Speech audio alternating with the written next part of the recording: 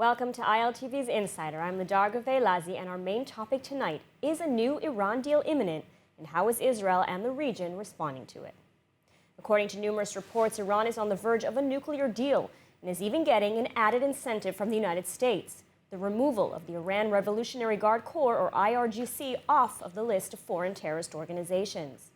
But with the war between Russia and Ukraine still ongoing, a lot of the focus has shifted to the conflict on the East European front, as tensions flare between Russia and the United States, with Russia adding demands of its own to the agreement. Meanwhile, Israeli Prime Minister Naftali Bennett finally speaking out against the latest developments and holding a meeting with leaders in the region in a show of solidarity against the Iranian threat. So, is a deal imminent? Why is the U.S. giving in to outrageous Iranian demands? And how will the war between Russia and Ukraine affect the deal? Well, joining us now to discuss is Professor Eytan Gilboa, expert on U.S.-Israel relations from Bar-Ilan University and research fellow at the Jerusalem Institute for Strategy and Security, and Dr. Fadi Ismail, fellow at the International Institute for Counterterrorism at Reichman University. Thank you for joining us. Thank you for having me. So, Professor Gilboa, let's start with you. What are some of the latest developments around a potential deal with Iran? The latest development is that the United States is considering the removal of the Republican guards from the list of terrorist organizations. President Trump placed that organization on the list. Iran wants to remove the Republican guards from the list because they want to legitimize this organization, which is the biggest terrorist organization almost on earth. And American spokespersons are not certain that the agreement is going to be signed, but I think it is imminent because the United States apparently cannot really deal with two crises at the same time. And they also want the Iranian oil to reduce the shortage created by the war in the Ukraine. All right, now, Dr. Ismail, turning to you, I mean, what are some of the repercussions of essentially taking the IRGC off of the terrorist list? Well, the obvious one is that once you are no longer considered a terrorist, it means every officer and every person that serves in that organization is no longer subject to limitations on travel, on banking, on any aspect of economic activity, and so on. We have to remember that the IRGC is not only a military organization; it's also an economic organization. They have businesses. They have control over a certain proportion of Iranian industry, and having them listed as a terrorist organization had also economic repercussions inside Iran, and also to the ability to assist Iranian allies elsewhere. So it is significant in that sense. Of course it is. I agree with Professor Gilboa.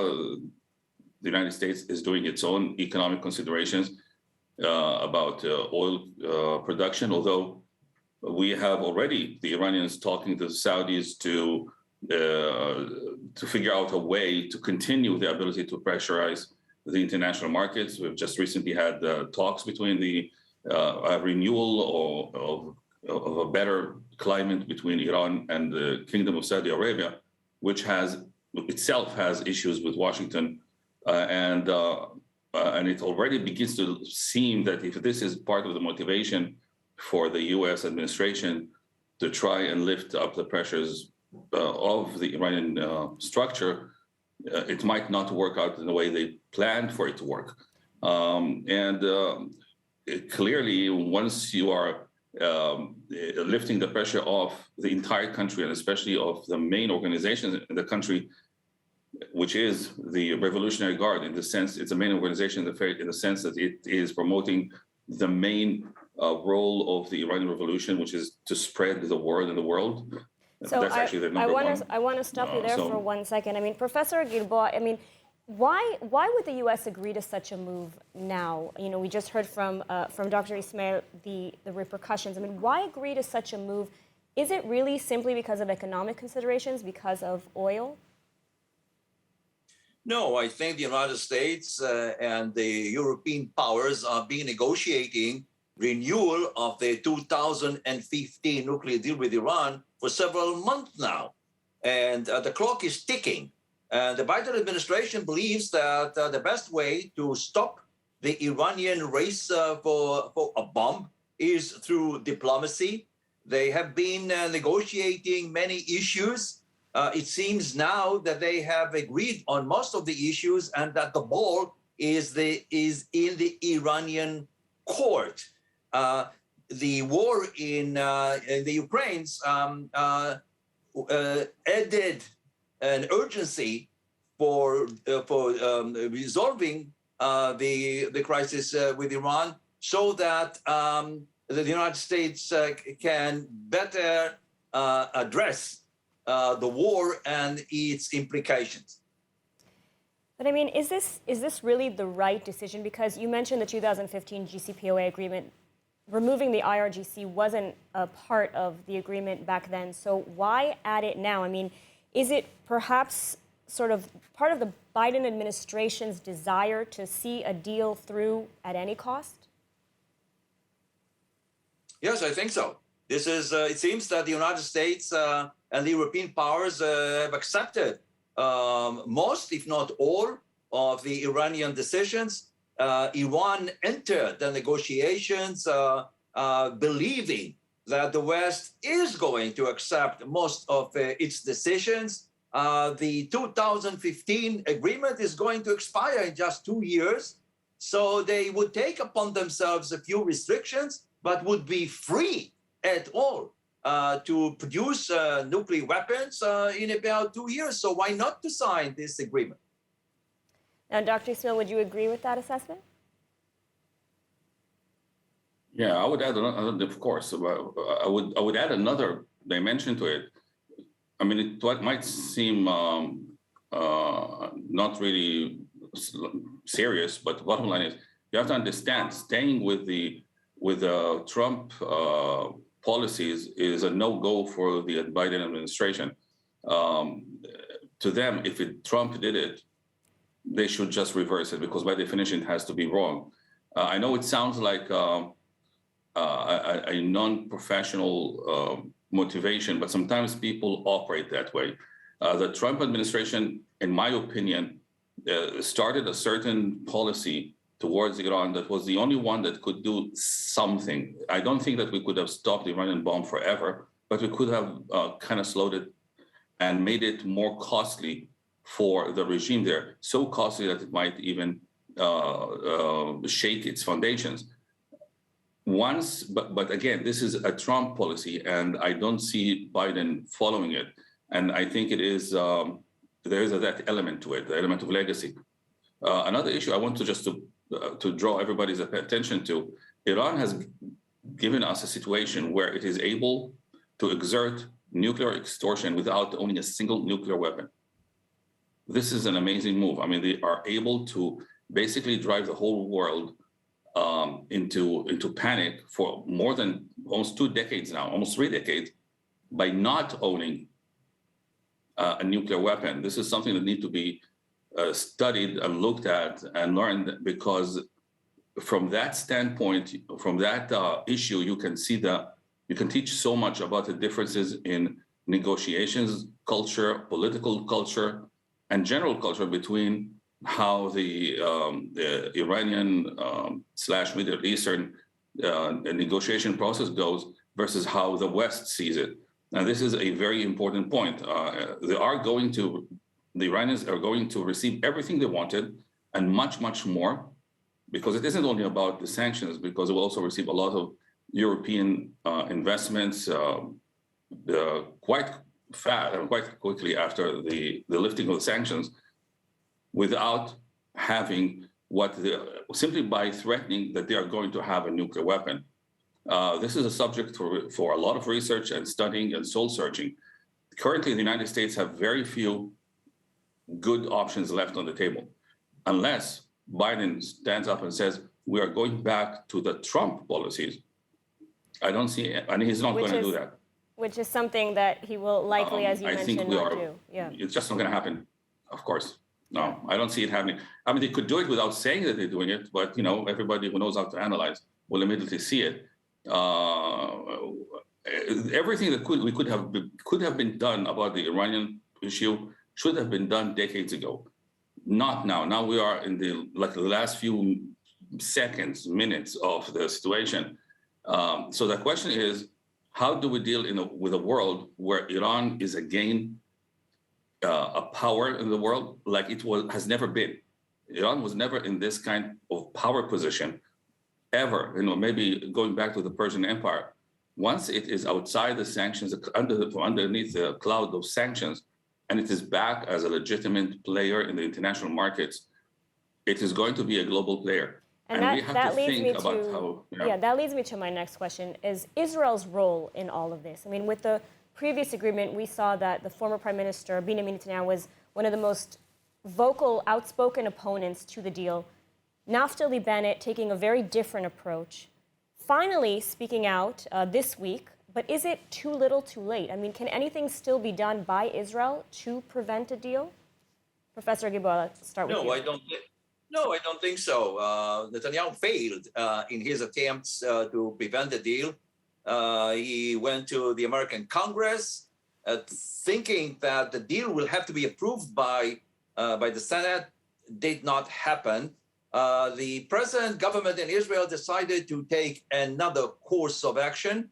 They decided not to confront the Biden administration in public, to provide intelligence about Iran's nuclear weapons program, to try to coordinate all kinds of actions. Some of those actions have influenced the American positions. For example, Israel persuaded the Biden administration not to lift the sanctions in return for any temporary measures. They also set some deadlines for the negotiations. But beyond that, what remains to be seen now, after challenging in public that particular piece of information on the removal of the revolutionary guards from the list of terrorist organizations, I think the next step would be to receive from the United States what we call military compensation, weapons that Israel does not have and wants to deter Iran or to even use against Iran if a military option comes up, such as certain bombs and tankers for air refueling. And I think this is going to be the next step in the negotiations once the agreement is signed. And Dr. Ismail, I mean, would you agree that that's what Israel is now needs to seek, is military compensation? Well, there is, that's absolutely. I agree with Professor Gilboa. Yeah, this is the direction we have to go in.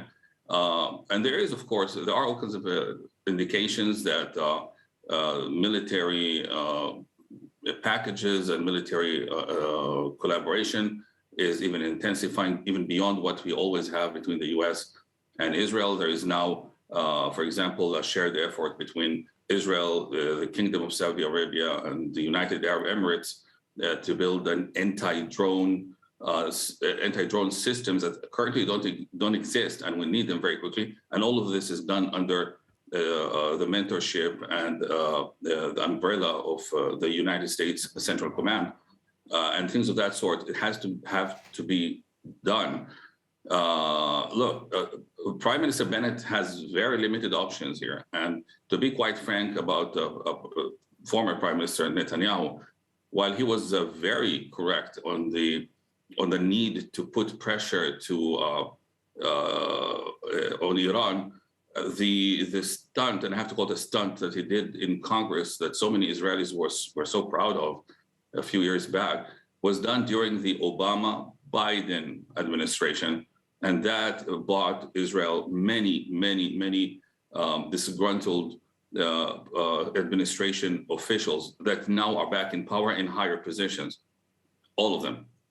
They still remember that, and Israel has now to tread very, very carefully in Washington, D.C. on how it proceeds. There are many good tactical actions that can take place, weaponry, command systems, alliances in the region, all of this on the military strategic dimension. Yes, absolutely. Shared exercises, intelligence, everything. We can do a lot of this, and it is being done. But I'm afraid this is one field, one area one arena. I'm thinking more about the grand geostrategic picture, the grand geopolitical picture, and the picture is not very pretty. Iran is already intensifying its activities in Syria and Iraq and in other parts of the Middle East. And I anticipate that once they sign the agreement, they will just be out of control. And we have to think on that level, and especially now that when you go even higher in terms of superpower relationships between the major forces of the world, US, Russia, China, and so on, some real creative thinking process has to take place in how we can hedge that risk from the Iranian revolution. It is not going to be easy, and I anticipate quite difficult a couple of decades ahead. But I'm confident that we can find a solution. And I mean, we are seeing perhaps Israel move a little bit in that direction. We saw yesterday a meeting between Naftali Bennett in Egypt with Sisi and the Crown Prince of Abu Dhabi. They are maybe forming some kind of united front against Iran. I mean, what are your thoughts on this? Is this sort of the direction that Israel is going to head to? And why isn't the United States listening to its allies that are clearly very concerned? This is the problem. The United States is not listening.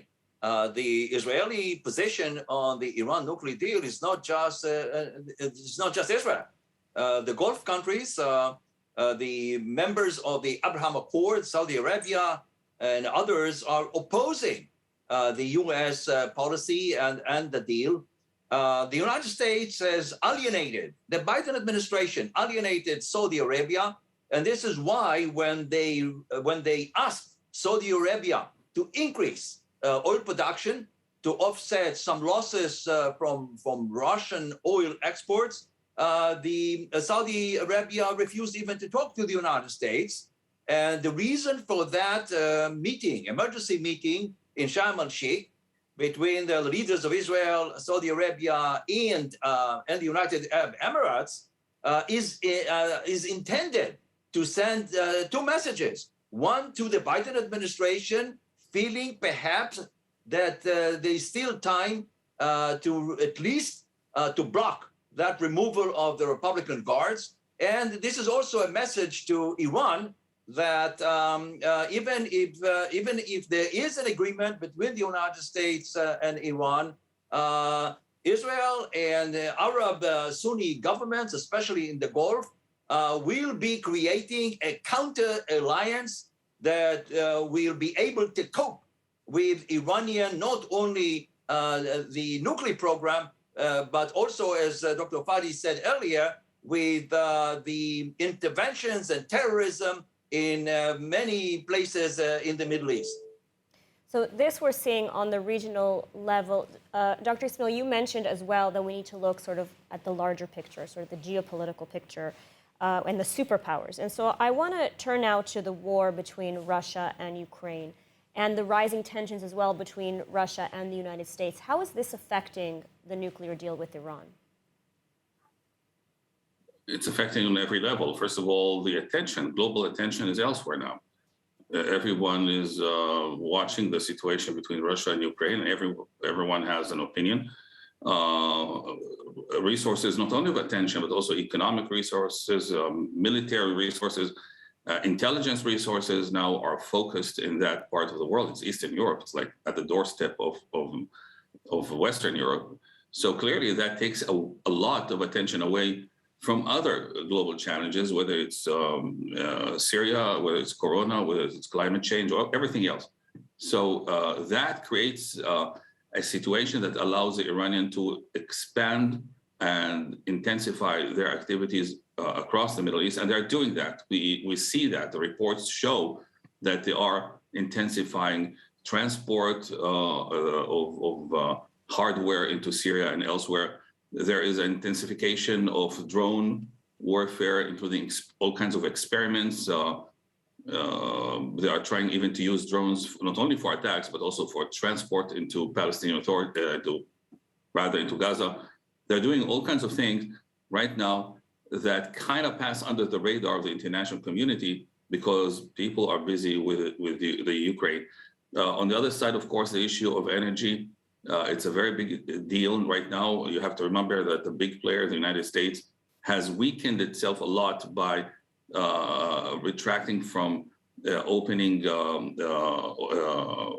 oil resources in North America, in the US, stopping Keystone, doing other things that canceled America's self-reliance in terms of energy. And that means that the entire global system now needs more oil from other resources, which gives countries that, like Iran and others, much more sway and influence in the world. Now, how does that do? And how is that connected to Ukraine? Because exactly, Ukraine is basically like if you speaking in medical terms, like an artery through which very important pipelines transfer energy into the West. So by the situation of war in Ukraine, the global energy market is even further compromised. And with the current weakness of the United States energy production, we are looking at a global crisis. This is very serious. This is not a joke.